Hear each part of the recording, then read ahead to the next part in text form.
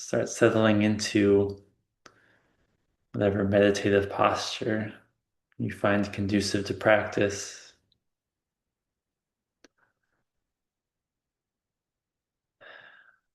Just allowing the eyes to gently close if that feels comfortable. Maybe offering a soft gaze towards the ground.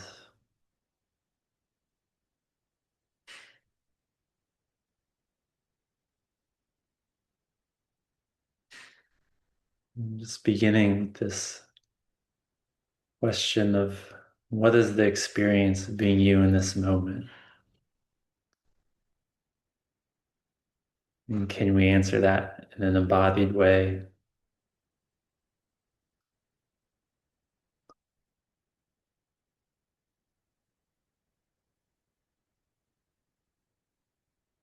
It's trusting that awareness is enough to answer that question.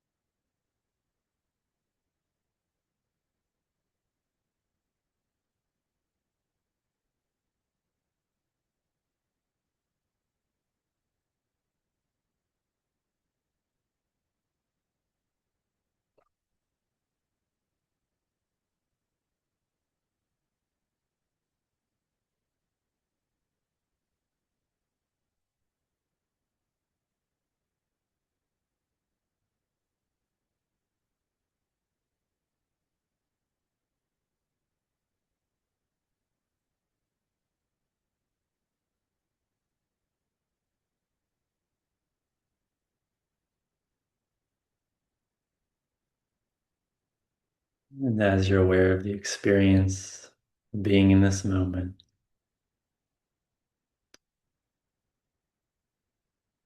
just noticing if there are any beliefs or assumptions, or expectations.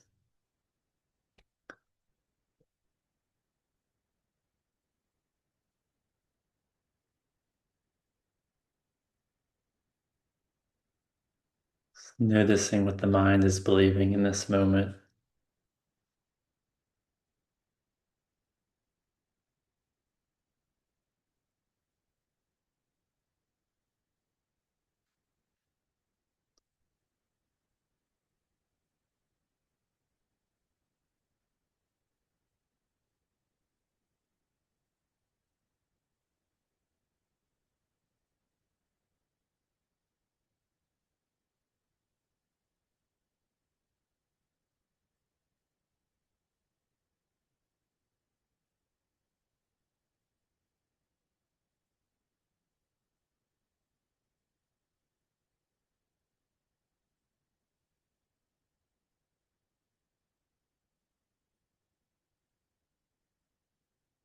Allowing these beliefs to rise and pass away.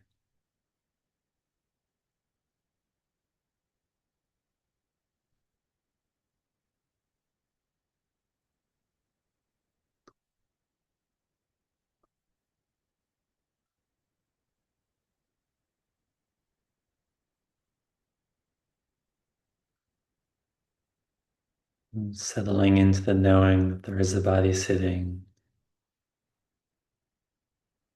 there is a body breathing.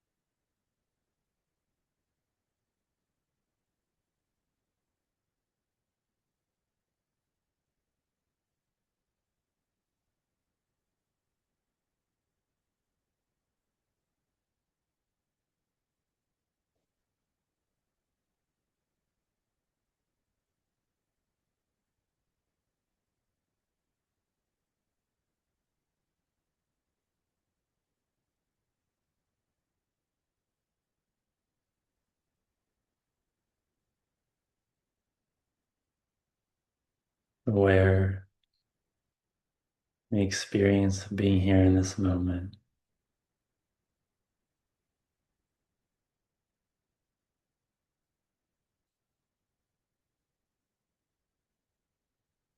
Sights, of sounds,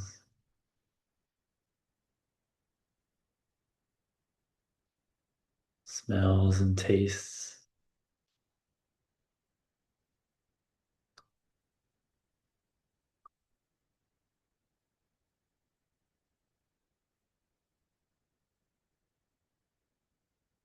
Sensations in the body, flowing, changing, evolving.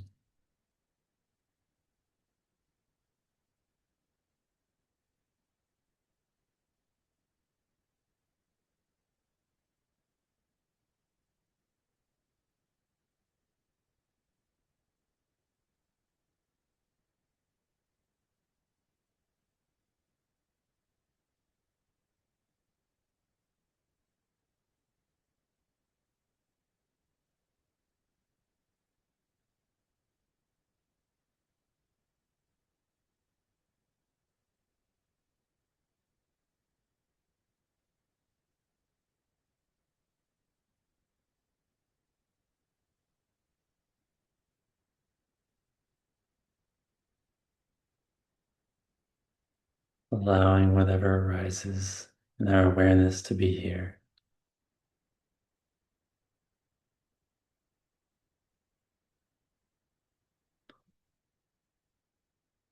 Nothing to fix, nothing to solve,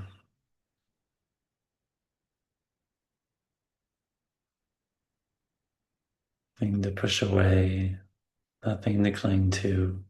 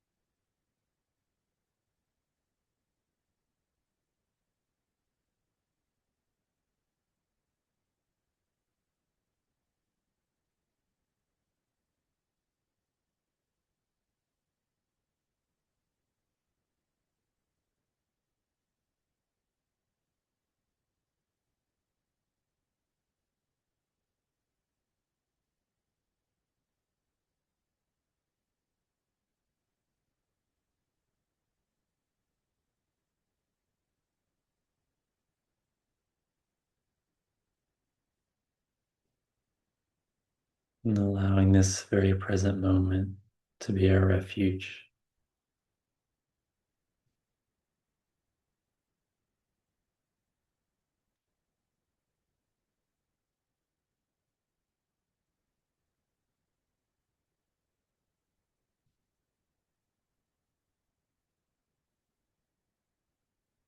So whatever the experience of this moment is,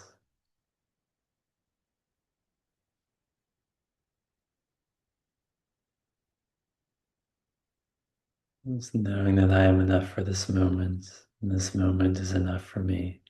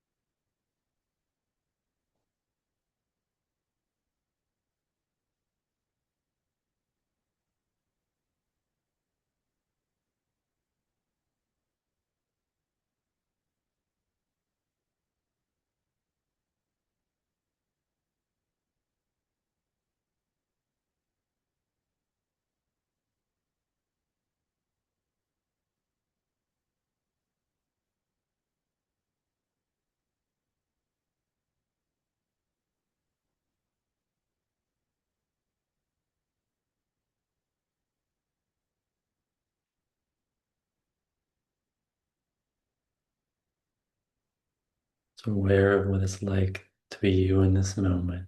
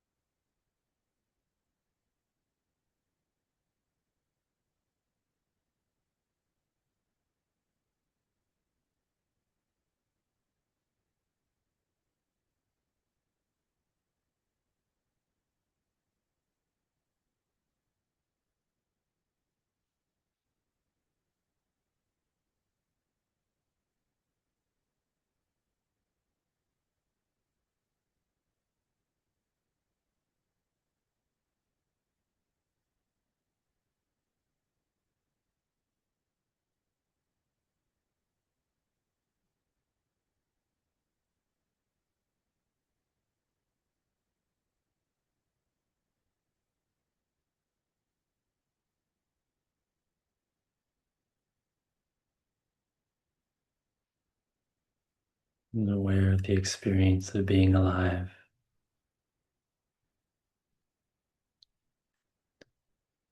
and the gentle tremor of being.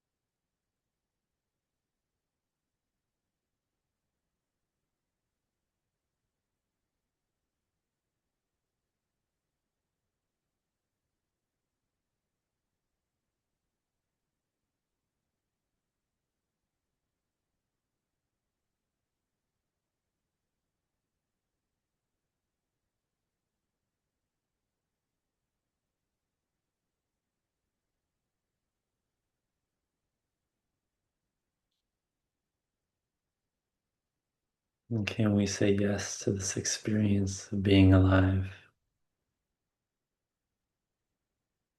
whether in this moment it feels pleasant or unpleasant, joyful or fearful, calm or anxious?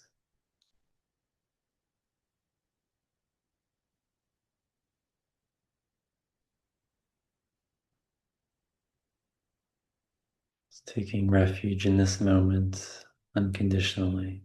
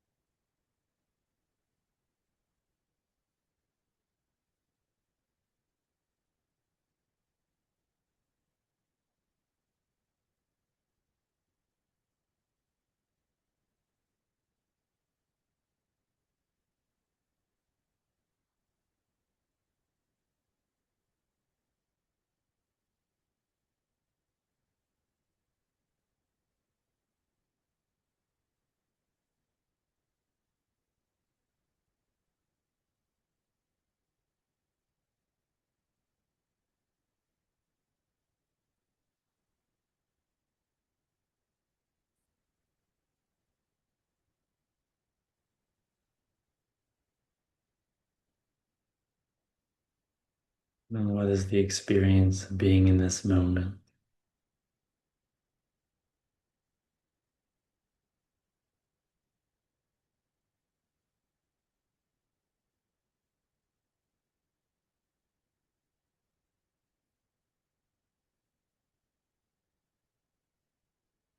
And can we allow that? Accept that? Say yes to that?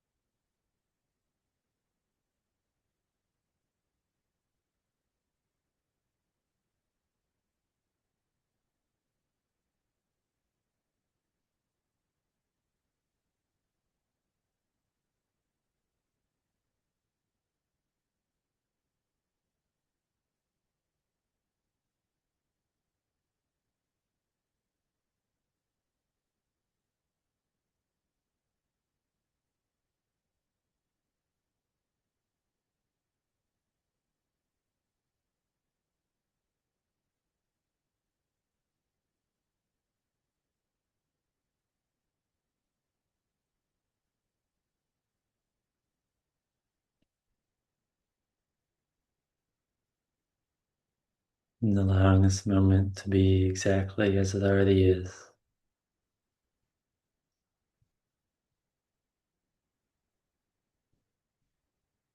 Just beginning to take some final deep breaths.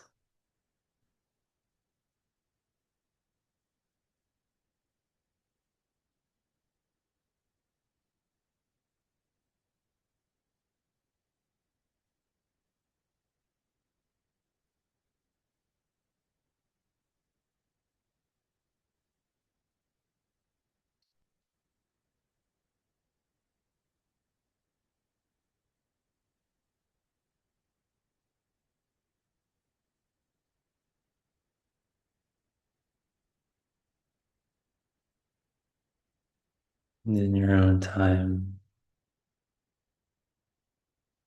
gently opening the eyes.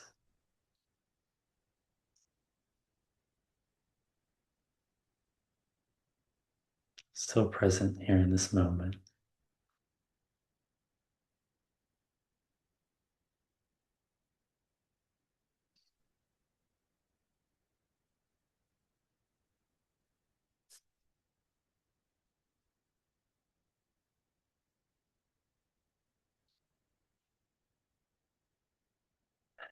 Okay, so to start the talk today, I'm going to do a very brief chant in Pali, the ancient language of the Buddha. It's very short, it's somewhat traditional in Theravadan Buddhism, and I'll explain a little bit later in the talk what it's about, but it's basically known as the homage and refuges.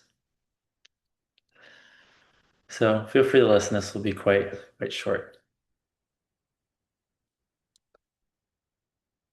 Namo tassa bhagavato arahato samma sambuddhassa. Namo tassa bhagavato arahato samma sambuddhassa.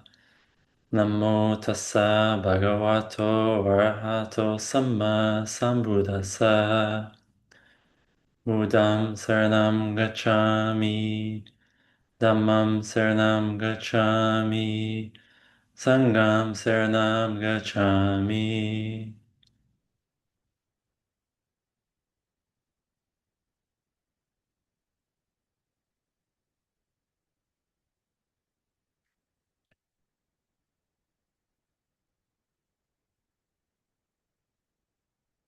So thank you for indulging me. And our talk today is about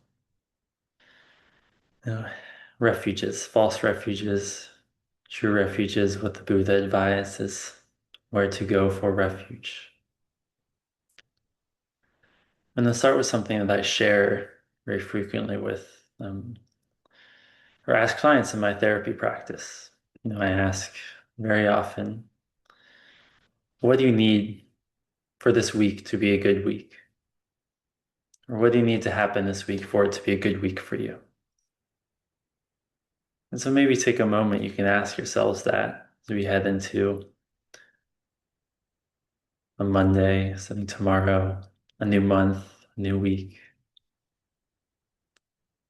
Just notice what arises in your mind.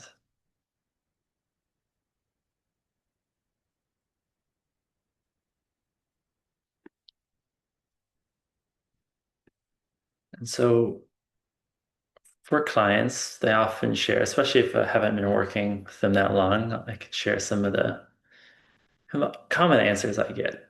So, they often have, something like, I need my boss to not be terrible, or I need them to give me a good review, or I need my flight to depart on time, my traffic to be late. I need my partner to do their fair share of the chores. I need for it to go quickly so I can enjoy my weekend. I need to stick with my diet, my exercise plan, my routine, my screen time habits, my meditation practice, right? I need to finish my favorite TV show and relax a lot, or I need to not make any mistakes at work, or I need Bojangles and weed. I and a real crowd favorite is I need to get everything on my to-do list done. That's probably the most popular if I had to say what the most popular answer to that question is. And so this is a pretty basic question I'm asking, right? Is, okay, what do you need for this week to be a good week? But the reason I ask it so regularly is because, and somewhat surreptitiously, I'm actually asking the question of what is the key to your happiness, right? Or more accurately, what are you assuming is the key to your happiness? Okay, that's mostly what we're getting at is what are the assumptions about where your happiness comes from? Okay, so the most kind of common theme in some of those answers that I share, they're often around, I need things to go exactly the way that I want them to go. Okay, which again sounds very lovely, but there's a few problems with that. The first problem is that that's usually not how life works, right? And suffering often comes when, you know, reality and what we want do not align. So the other problem is that even when life does go exactly the way we want, the very fact that we are clinging to this desire for life to go the very way that we want is in itself a form of suffering. So we're suffering either way. And, I'd say the main problem with this actually is, beyond those first two, it's that if we believe this, we are outsourcing our happiness and well-being to things outside of our control. Right? We are saying implicitly that, oh, we don't have control over our own happiness. Right? And this is a major predictor of sort of mental health, this idea of internal and external locus of control. Like, do we have agency? Do we have a sense of control? And so, particularly in our culture, at least the one I'm speaking from, we're very deeply ingrained with this idea that happiness comes from the freedom to do what you want, when you want, how you want, who you want, right? It's implicitly or explicitly explained that happiness comes from the freedom to control our external circumstances as much as possible, right? If we accrue enough money, resources, power, then you can control more and more aspects of your life. And that's where happiness comes from. Then you can be more free. So this is a very individualistic perspective with the heavy flavor of the capitalistic American dream. Okay, but it's a myth, and it's one we fall for again and again and again. Right? It is what are we assuming consciously or unconsciously about where happiness comes from. Okay, so there are other themes in those answers that people give, right? There's a lot of people saying, okay, this will be a good week if I am perfect, if I don't make mistakes, right? If I'm really productive, if time flies by or it slows down, if I feel a lot of pleasure or have a lot of comfort. And so without diving too deeply into any one of those themes at the moment, we can probably see in some way how these are traps filled with lots of craving and clinging. Okay, we're, all trying to find an ever-fleeting sense of satisfaction to please the ego, all things that lead to suffering.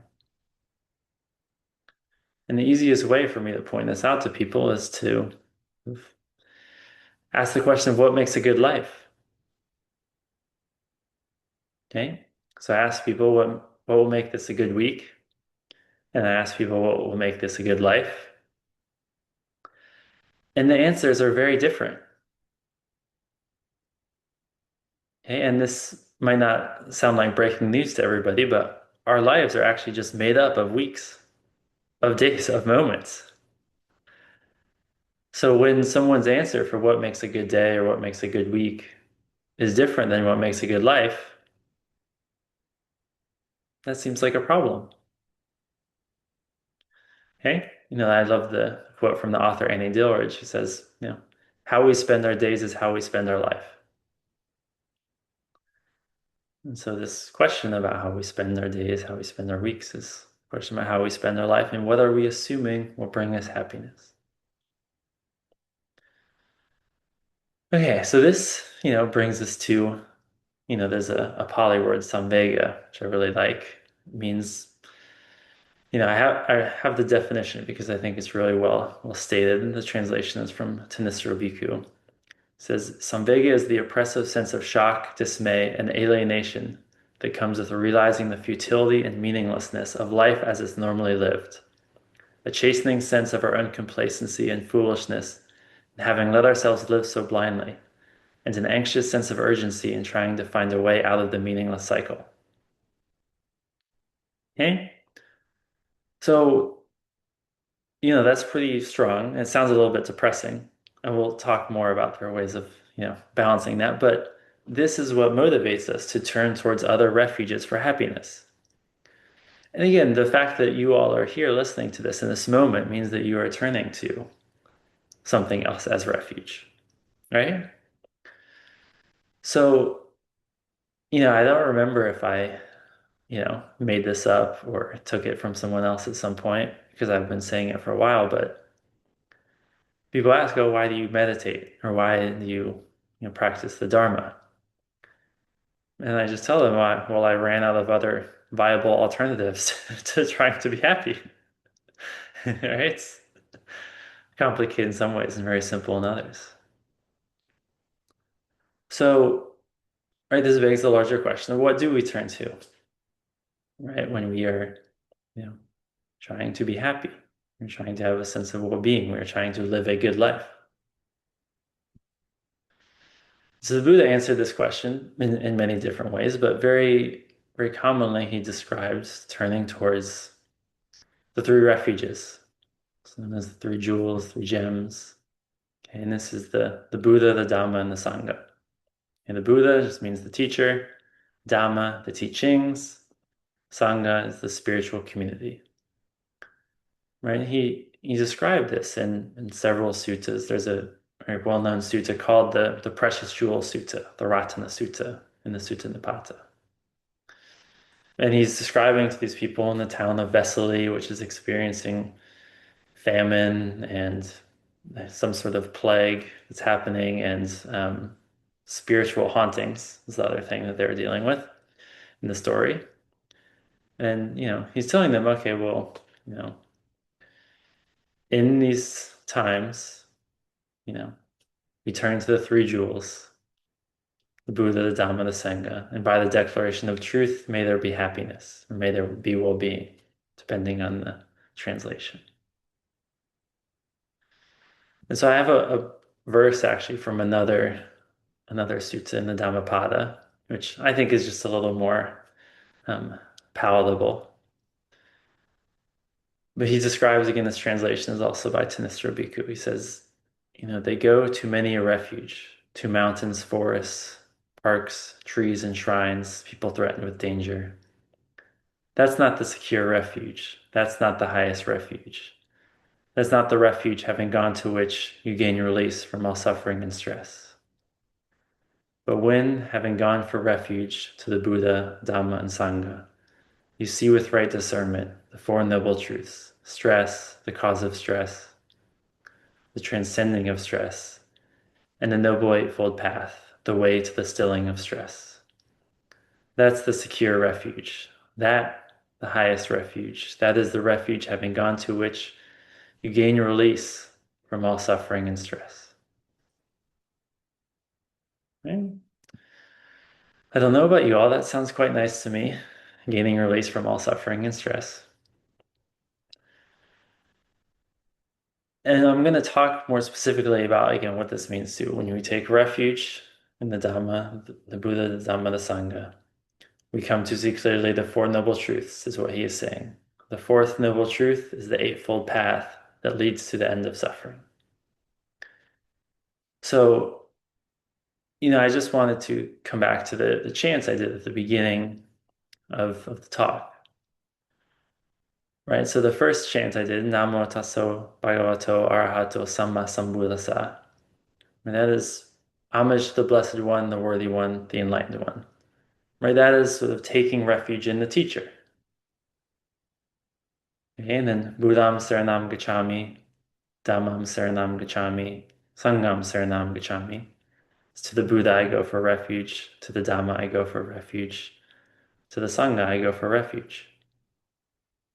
And it's something at times in my life, I've done these chants every single day. More times in my life, I've done them weekly or a little less than weekly. But it is a way of staying connected to these refuges, right? And it's, part of it is I do the three bows representative of the triple gem. It is sort of this way of humbling my ego and being connected to something larger than myself, right? This is me bowing literally to the Buddha, the teacher. I'm reminding myself of what causes suffering and what brings happiness, the teachings.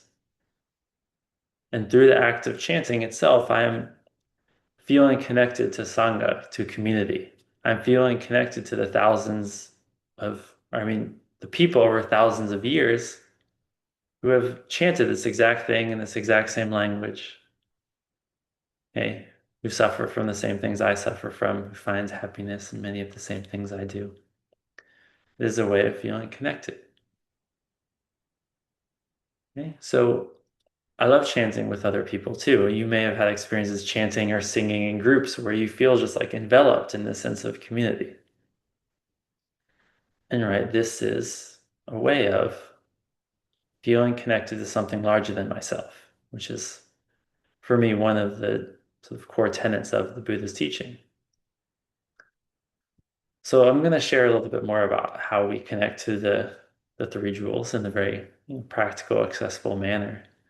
And then, we'll have certainly good amount of time at the end for discussion for other people to share, but it's sort of what I'm curious to know how other people do this as well. Again, whether you think of it as, oh, this is me, taking refuge in the Sangha, it's like, oh no, I do this thing that is very much that.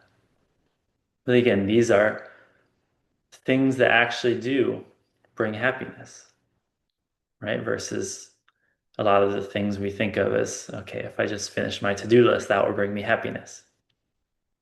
Okay? We can keep trying. Your to-do list is not going to end. I guarantee it. If anyone ever proves me wrong, come find me. I'll apologize. Okay. So let's first talk about the Buddha, right? So, the literal interpretations of this teaching are, the most fundamentalists are just the teacher is the historical Buddha. So in the Siddhartha Gautama, Shakyamuni Buddha, because when we think of the teacher, we think of him. Okay, but the reality is that this can apply to any and all teachers in your life. Okay, it can apply to anyone who's inspired you. It can be a spiritual teacher, it could be your first grade art teacher, right? It is by coming back to these teachers that inspire us, right? We actually are developing a sense of, another word that I really love is pasada. So pasada in Buddhism is sort of the balancing factor of samvega. So samvega is this sort of like spiritual urgency. We need to do things differently. And pasada is this like inspiration, this trust in our own actions and trust in the path, confidence in the path. And we develop this through being inspired by teachers. Again, it does not have to be a Buddhist teacher. It can be anyone who inspires you to continue to follow a path. Okay? And again, we do have amazing access to teachers in these ways, right? You can go online, there's amazing talks, there's amazing, books written by people that were, unimaginable in the pre-literate society that the Buddha lived in. You're right. There is a lot of talk about like guru devotion early on in Buddhist texts. And, there's stories in the suttas, in the Buddhist canon that describes how powerful this can be, right? To fully sort of surrender to a teacher, to follow a teacher, this type of commitment can be a very humbling experience, an experience of surrender, and it can be powerful for that reason. It can also be dangerous for that reason. Okay, so that is, there's no shortage of stories, and there are stories in the text that outline the danger of that. The Buddha had many teachers, of course, but at the end of the day, he went on his own. And he said, I'm going to follow my own inner Buddha nature, which is another interpretation of this teaching. Right? So taking refuge in the Buddha as a teacher, right, can mean listening to our own inner Buddha nature, the quality of awakening. Okay? And we all have this guide in front of us, and we can tap into this.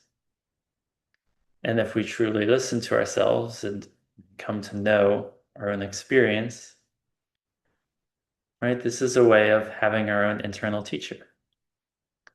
So we can think of this taking refuge in the teacher in many different ways. And for some people, one way is very comfortable, and another it's very uncomfortable, but there are many ways of doing it. To help create this sense of confidence and trust in the path, this pasada. So again, this inner Buddha nature, right, this connects closely to the Dhamma. The Dhamma is, or can be thought of as the teachings, but it can also be thought of as the truth of our lives, the truth of nature, the truth of reality. This is what the teachings are pointing to. It is trying to give an accurate representation of nature, of reality, right? Of, all these teachings on emptiness and no self and impermanence. It is a description of nature and the process of nature. So the first thing you can do is you can connect to the teachings themselves, right? That's, I just mentioned through all these resources, these books, these talks, like you can feel really connected to the teachings. You can engage in courses and sutta study. That inspires us. This does lead to more sustained happiness because it keeps us on the Eightfold Path.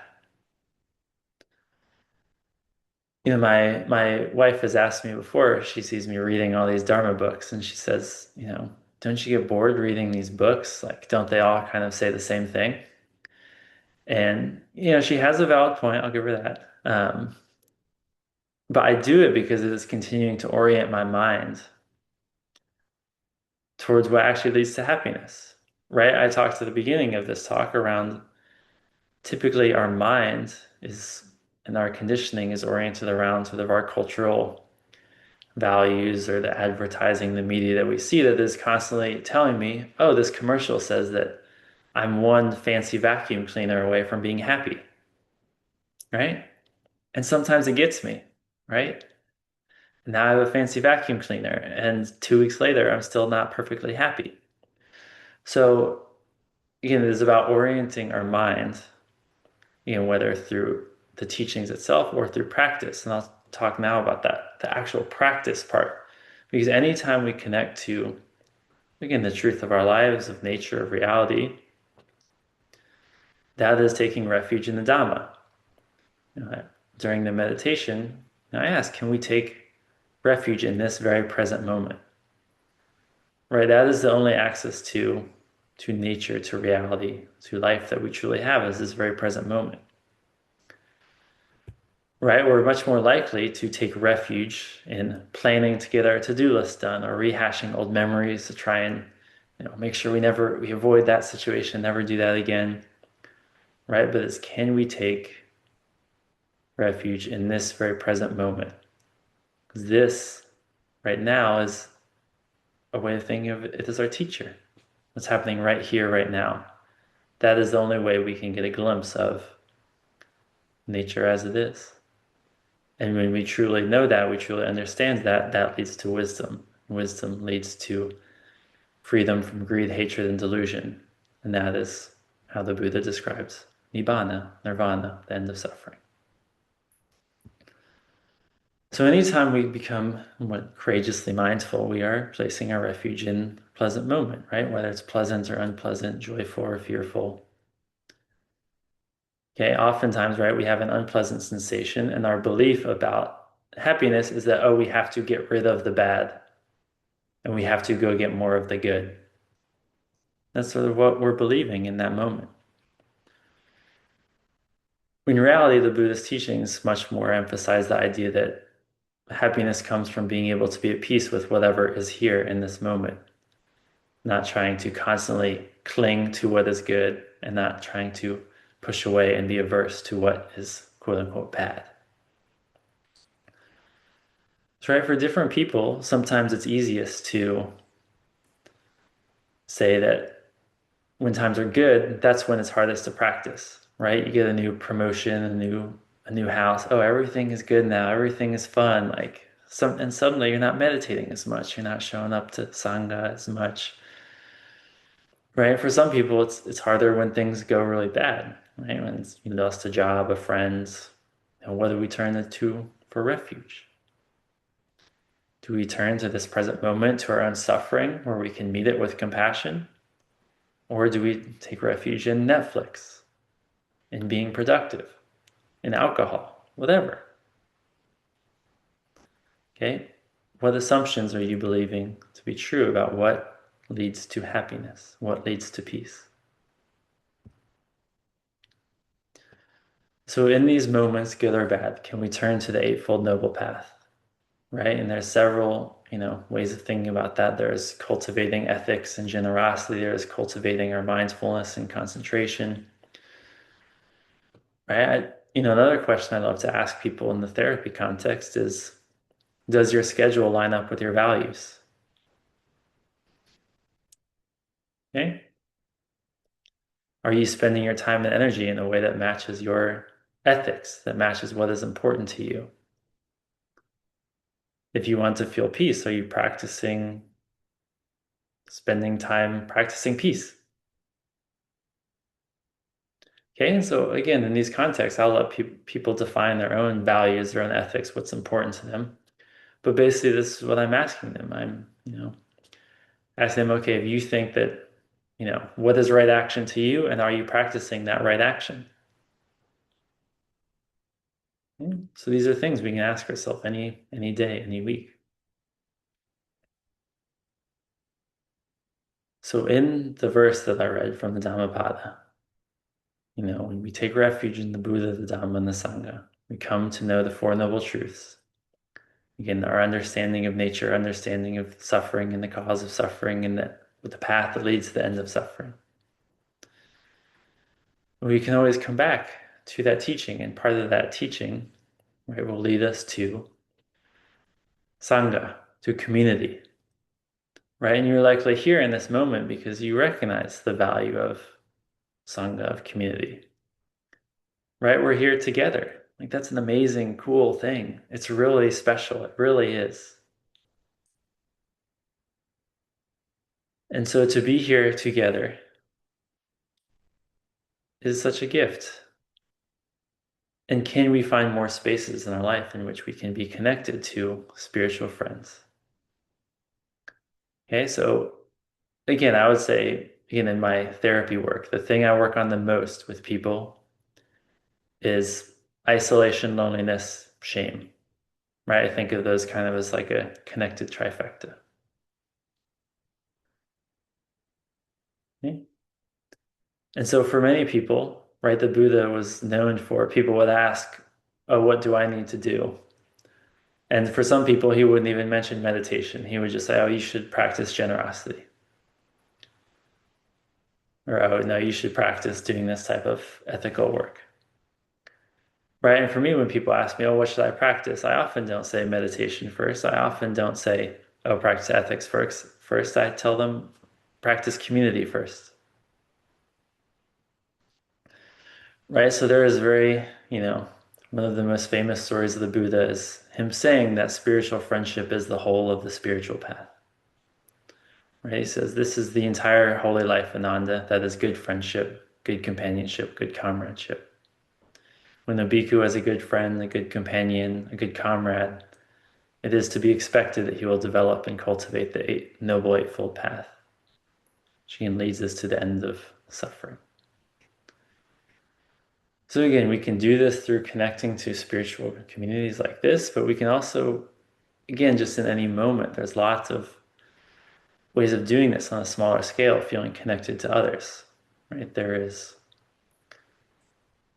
even just, I ask people, a lot of people struggle with, okay, I want to be on my phone less, or I'm trying to move away from this craving or that craving. And I say, okay, what is the happens to your craving if you reach out to a friend in that moment?